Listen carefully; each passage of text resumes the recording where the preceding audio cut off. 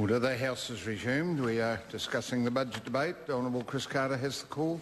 Just over 5 minutes remaining. Chris Thank you Carter. very much, Mr Speaker. I'm sorry I've only got 5 minutes. I'd like about 25 because I've got a lot to say, Mr Speaker, tonight.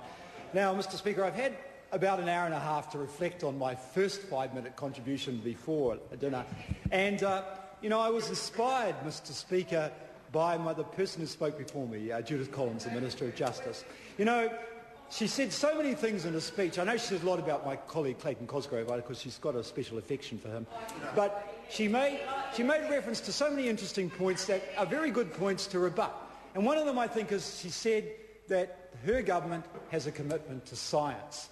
And I just mulled over the irony of that statement, Mr Speaker, because, I was talking about education before the dinner break. And one of the first things that her colleague, Mrs Tolley, did as Education Minister was to get rid of the science advisors in schools. Science, it seems, from the Education Minister at least, doesn't count.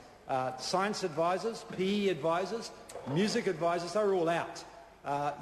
Because Mrs Tolley argued in this House, Mr Speaker, that she wanted school advisors just to focus on numeracy and literacy because we were failing in those. Strangely enough, Mr Speaker, she herself, of course, isn't too good on numeracy. She got her figures wrong yesterday and had to come and apologise. New Zealand students, Mr Speaker, in scores in the OECD rankings of developed countries, the so-called PISA scores, we actually come first in the English-speaking world. Our schools are very successful schools internationally. New Zealand teachers are first-rate educators, and New Zealand learners in our schools are doing very well. So why should we have these national standards? I talked a little bit about them before, Mr Speaker. The science advisors, we heard about the commitment to science. Science advisors out, PE advisors out, art out. That doesn't count.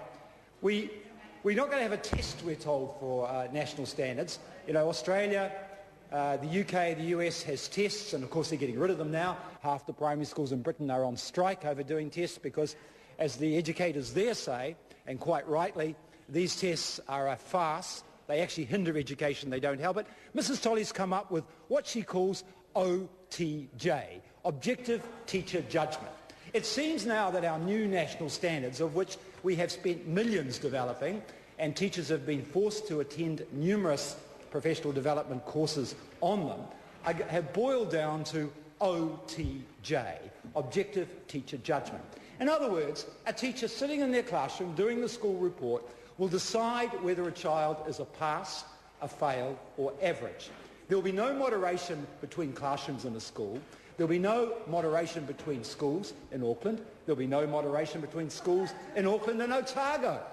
There will be absolutely no criteria for comparing a teacher in a classroom in West Auckland who says that Judith Collins, aged 7, has passed.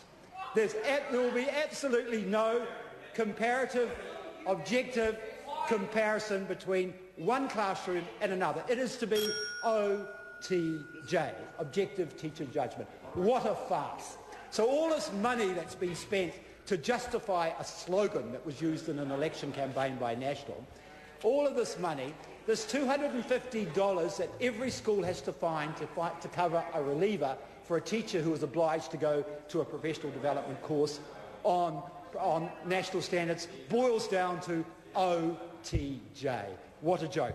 For viewers who are watching Parliament tonight, I hope you had a chance to see TV3's news tonight. First item, we heard about the high water incident where Prime Minister John Key said he didn't own a vineyard, but of course was caught on tape saying he did.